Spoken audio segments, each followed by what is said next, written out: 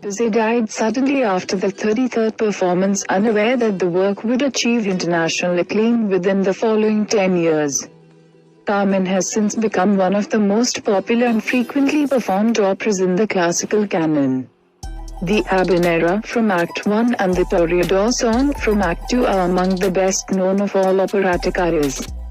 The opera is written in the genre of opera kick with musical numbers separated by dialogue. It is set in southern Spain and tells the story of the downfall of Don Jose, a naive soldier who is seduced by the wiles of the fiery gypsy Carmen. Jose abandons his childhood sweetheart and exits from his military duties, yet loses Carmen's love to the glamorous torero Escamillo, after which Jose kills her in a jealous rage. The depictions of proletarian life, immorality, and lawlessness, and the tragic death of the main character on stage broke new ground in French opera and were highly controversial. After the premiere, most reviews were critical, and the French public was generally indifferent. Carmen initially gained its reputation through a series of productions outside France and was not revived in Paris until 1883. Thereafter, it rapidly acquired popularity at home and abroad. Later commentators have asserted that Carmen forms the bridge between the tradition of opera kick and the realism of verismo that characterized late 19th century Italian opera. The music of Carmen has since been widely acclaimed for brilliance of melody, harmony, atmosphere, and orchestration, and for the skill with which Bizet musically represented the emotions and suffering of his characters.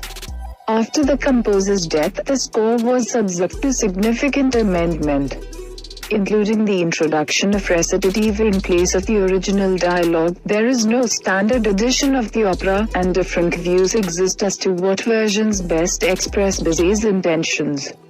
The opera has been recorded many times since the first acoustical recording in 1908, and the story has been the subject of many screen and stage adaptations. In the Paris of the 1860s, despite being a Prix de Rome laureate, Bizet struggled to get his stage works performed.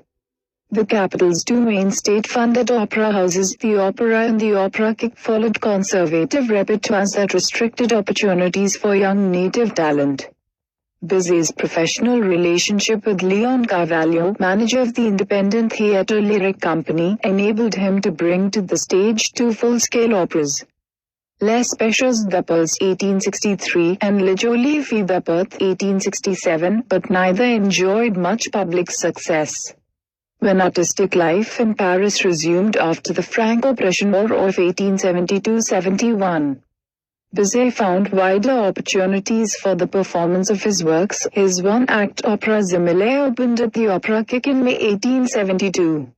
Although this failed and was withdrawn after 11 performances, it led to a further commission from the theatre, this time for a full-length opera for which Henry Mailhac and Ludovic Halévy would provide the libretto.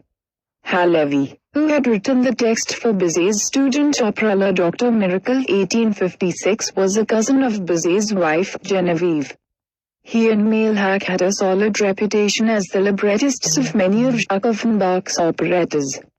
Bizet was delighted with the Opera Kick commission, and expressed to his friend Edmond Galabert his satisfaction in the absolute certainty of having found my path. The subject of the projected work was a matter of discussion between composer, librettists in the Opera Kick management. Adolphe de Louvain, on behalf of the theatre, made several suggestions that were politely rejected.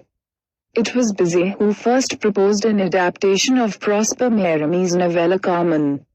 Mérimy's story is a blend of travelogue and adventure yarn, possibly inspired by the writer's lengthy travels in Spain in 1830, and had originally been published in 1845 in the journal Revue des Deux Mondes.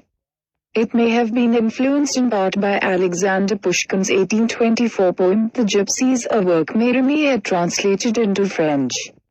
It has also been suggested that the story was developed from an incident told to Mérimy by his friend the Countess Montijo. Bizet may first have encountered the story during his Rome sojourn of 1858-60, since his journals record Mérimy as one of the writers whose works he absorbed in those years.